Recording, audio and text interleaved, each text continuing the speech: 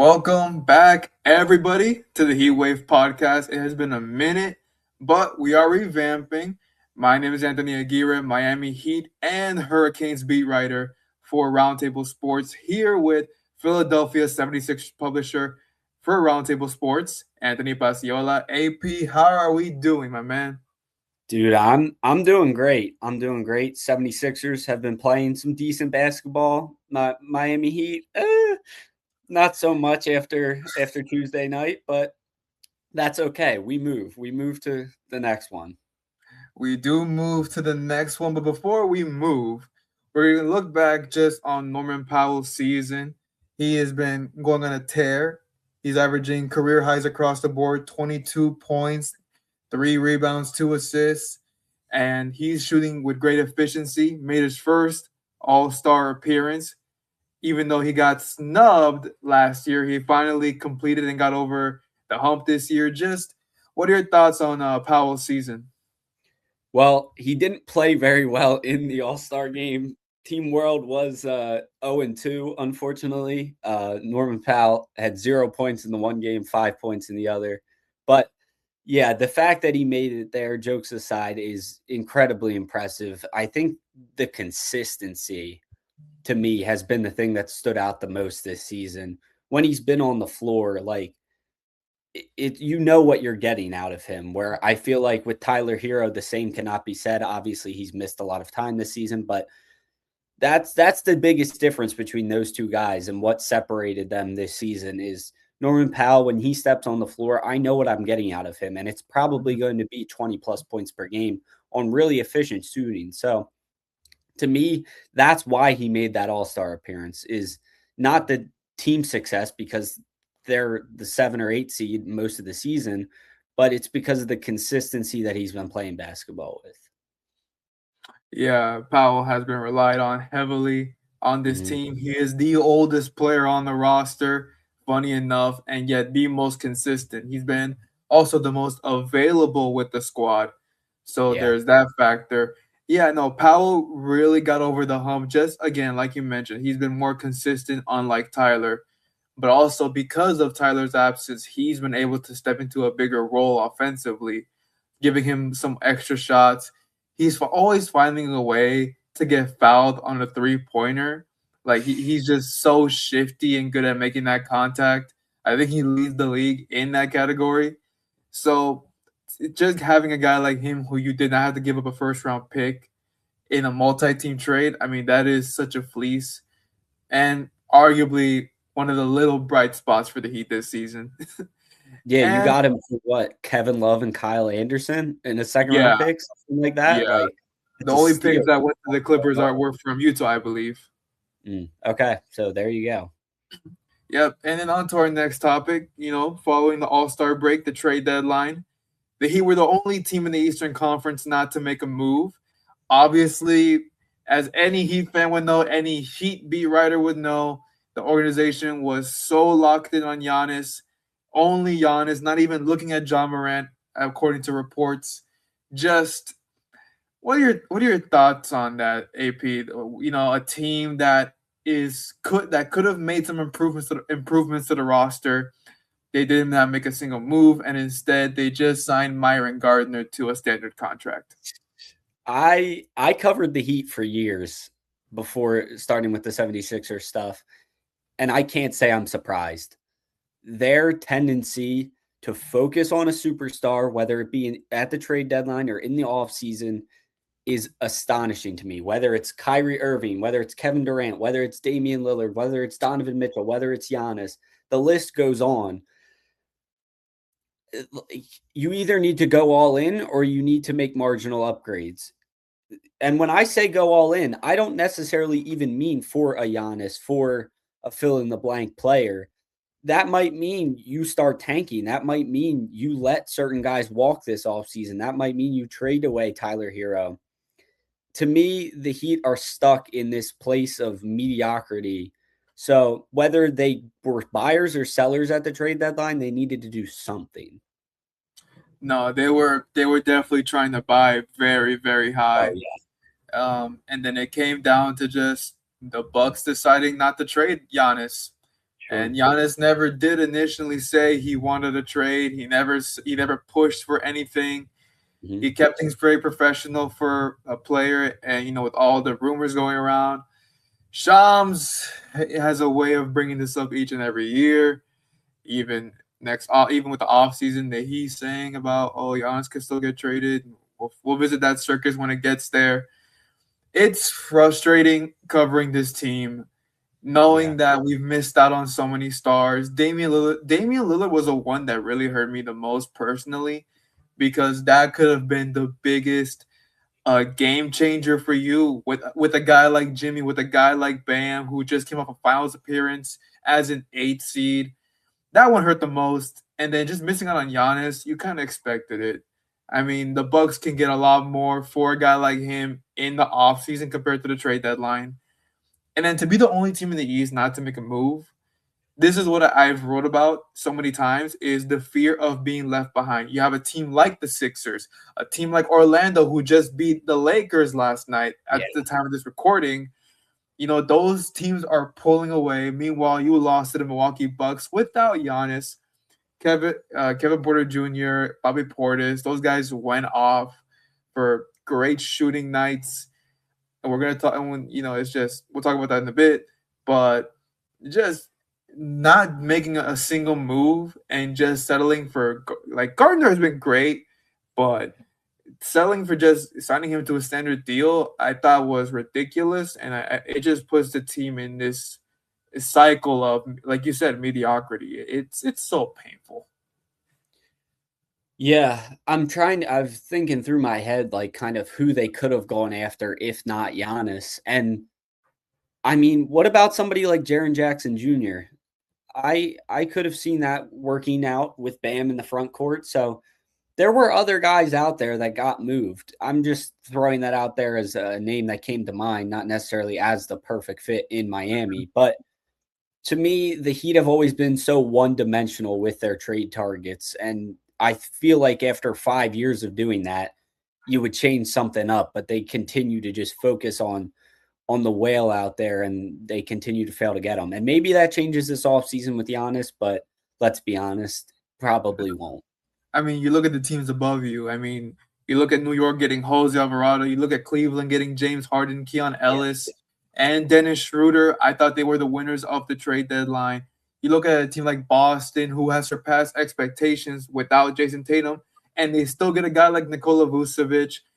You're seeing all these other teams at the very top make these moves to literally make a push for the Eastern Conference Finals, for the finals, and yet the Heat are the only ones to not make a single move.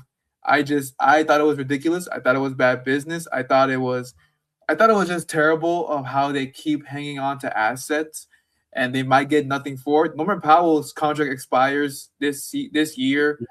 Andrew Wiggins has a player option. We don't know yet what he will do. And so the fact that you might get nothing for some of these guys, it just makes you wonder, okay, what does the future hold? Yes, you have a lot of young pieces, but no one who could really take you over the top. And Bam, he's entering the prime of his career, and yet you're not really capitalizing. And so you would imagine he'll get frustrated at some point with how things are being run.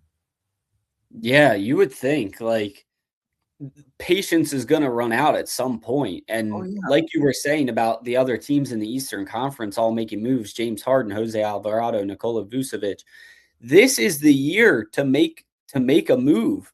The East Yes. is wide open. The Detroit Pistons are at the top of the conference, and they really have no playoff experience whatsoever with that current core led by Cade Cunningham and Jalen Duren. They're not used to the postseason.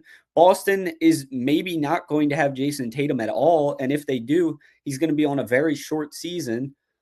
It Like, the list goes on. Cavaliers, who really knows what they can do now that they have James Harden? They have I looked think very they can good. make a deeper run. Yeah, yeah. With the addition of James Harden, I do think they're a bigger threat than they were with Darius Garland. So, as you said, Mhm. definitely a winner of the trade deadline there. But outside of them, I don't see too many teams that would really frighten me in the East. So Mhm. the frustration just builds even more off that. Like, look at a team like the Magic, who are going to be a very similar spot. this Miami team with Giannis could have destroyed the Magic. Mm-hmm. 1000%. And also, like when you look at a team like Cleveland, if you follow me on social media, you know my sports show Section 305. I mentioned this before. Uh, how I did not trust the Cavaliers' depth entering the season, especially losing a guy like Ty Jerome. But now you bring in three just great pieces to your backcourt. So when you just see a team at the top make a move like that, and it just shifts the trajectory, like it frustrates me how teams at the very top, they know, okay, we don't have enough. Let's make a big move. We're going to move away from our homegrown star and get a certified superstar along with two great defenders in the backcourt.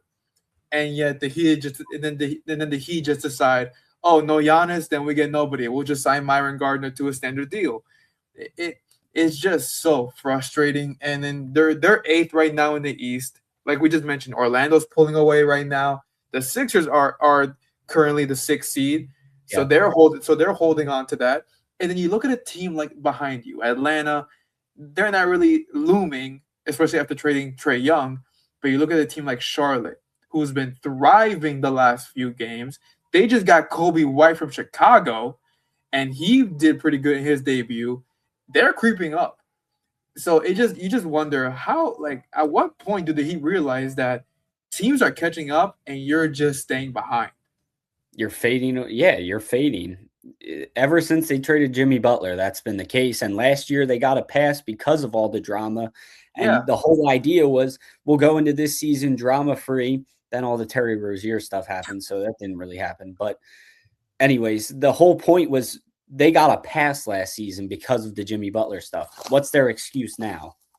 Nothing. There isn't. Even with all this Tyler Herro stuff, like I don't think that's an excuse, because in my eyes, I'm sure similar to you, like with a guy like Tyler, he's a good player, but he's not a guy that can carry your franchise. He's not he's coming up an all-star year, but he can only take you so far. He's not a certified number one. He's more of a 2 or a 3. So what's the last team to win a championship without a 1A option? Exactly. And so for the Heat, they don't have that. They have a bunch of number 2s, number 3s. So this team is just falling so behind, and that's what's so frustrating about being so left in the East. And this will help us transition to our next topic, and that is with the Heat and the Sixers. At the time of this recording, they will face off tomorrow at Philadelphia with all the snow falling down up there in the Northeast. I mean, we're always praying for you, AP. Appreciate it. I'm hanging in there.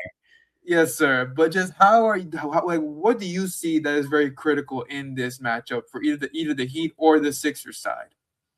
For the Heat, I'm looking for a bounce back game from Tyler Herro. He played very poorly against the Bucks. He finished with, I believe, 14 points on 5 of 17 shooting. Yep. Yikes. So now he has to go.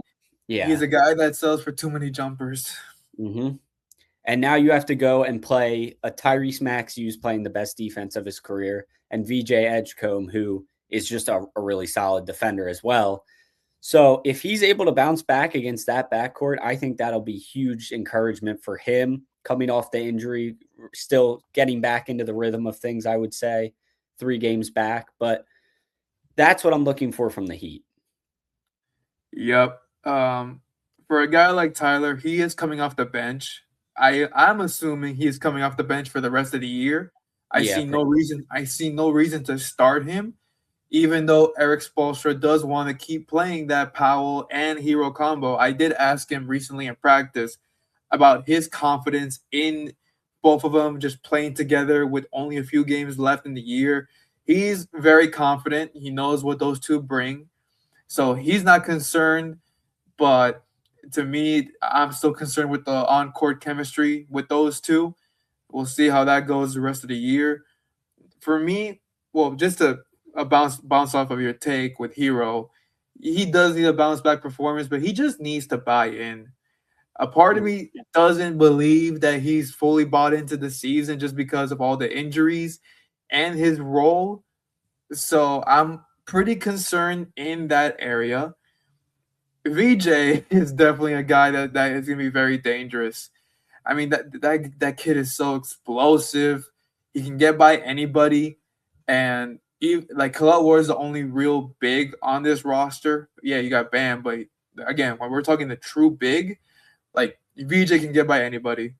So Yeah. he is a guy you have to pinpoint your defense on, along with Maxi, who can damn near do anything. He's hit so many crazy shots on the Heat. It's like anytime he shoots it, it's one of those no, no, and then you're like, damn, it went in. Uh, but he's gonna be to me like it's all about Maxi. Obviously, having a career year, All Star year. So I think that's who you have to really worry on defense. I imagine Davion Mitchell will be on him majority of the night. And then also, what is the latest on Joel Embiid? We're assuming he's playing, right?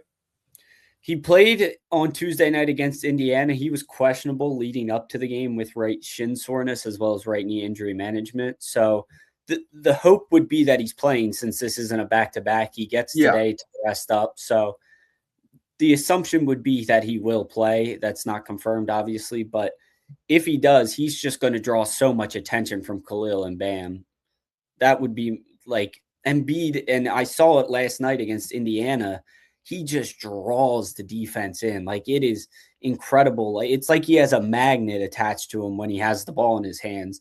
And he's doing better as a playmaker. It was on display against Indiana. So I think that could be really dangerous against Miami as well. And as a Sixers beat writer, as a Sixers publisher, when it comes to Embiid, we know the level of dominance that he brings, but just like how confident are you that he can stay healthy and go for, let's say, a good 35, 36-minute game? The confidence is higher than you might think, and that's because Drew Hanlon, his trainer, was on Kevin O'Connor's podcast maybe a week or two ago, and he said Embiid is doing something differently this season. In past years, when he was at 50%, he was out there, he was a warrior, he was playing. And Hanlon revealed that he's not doing that this season. If Embiid is not healthy, he is not going to play. And prior to the All-Star break, Embiid was playing 36 minutes a night. And then he just started dealing with this shin soreness and the right knee injury management flaring up again. I do not think that those are major concerns. I think if those were playoff games when he was sitting out, I think he would have been out there on the floor. And Nick Nurse actually said that. He did believe that Joel Embiid would play in those games if they were playoff scenarios. So the confidence rate that he can stay healthy and play a lengthy amount of minutes is higher than most people think. I think that's a very different take than what most would say, honestly, when it comes to Embiid.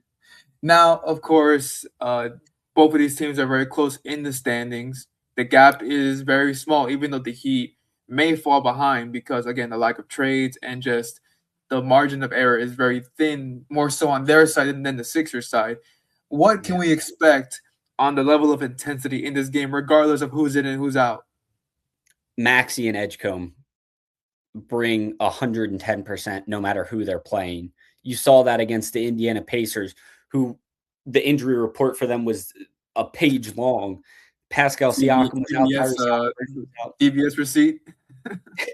Literally. Yep, exactly. So those two are going to bring 110% no matter who's on the court, who's off the court. So it starts with those two, and then it trickles down the entire lineup. This could also be a game that could be decided by which bench produces more. You guys obviously have a lot of key veterans: Grimes, Oubre, Drummond, and a few other young guys. Just what have been your takes on the bench production past the All-Star break? It starts with Quentin Grimes, who is hopefully still able to be the X factor of this team. I think that title right now does still belong to Kelly Oubre Jr., who has had multiple 20-point performances. Meanwhile, Grimes hasn't scored 20 or more since, I believe, December. And one thing that I actually found very interesting is Grimes, as you know, thrived in Philadelphia last season as a starter down the stretch when nobody was really playing. He's playing just 3 less minutes per game this season. So he still has the capability and the ability to take that many shots. So I think it starts with him, and I want to see him start to get more aggressive. And he said it the other day, he wants to spend the rest of the season in attack mode, and I think that's what he needs to do. Attack mode is going to be a theme for a lot of these teams moving forward, with standings now playing a factor, definitely Sure. with almost 20 games left. And on the Heat side, when it comes to the bench, Eric Spoelstra does talk about relying on depth. Jaime is one of the league leaders when it comes to points in the paint among reserves, but he's having a very down year from 3-point range. I think it's like 25% or something like that. And he's never been an outside shooter, but he was definitely a lot better in his rookie year. So Sure. that you have that on that side. Tyler, we'll see what he brings you. A guy like Kalel, he's been a starter and a bench player. He's been on a short leash with Spoelstra all year. Like, it's sometimes hard to tell what exactly he wants from him. And then you have just I mean, Pella is a starter, so you can't say he's off the bench anymore. So the depth, I think this favors more the Sixers side because they just have more firepower on that bench compared to the Heat. I would agree. Yeah. All right, this concludes our episode today on HeatWave. Make sure to tap into our articles on RoundTable Sports. You can follow us on social media, Anthony Pasciolla, me, Anthony Sports, and just make sure to tap in. We'll definitely be recording more consistently moving forward, and we'll see you next time.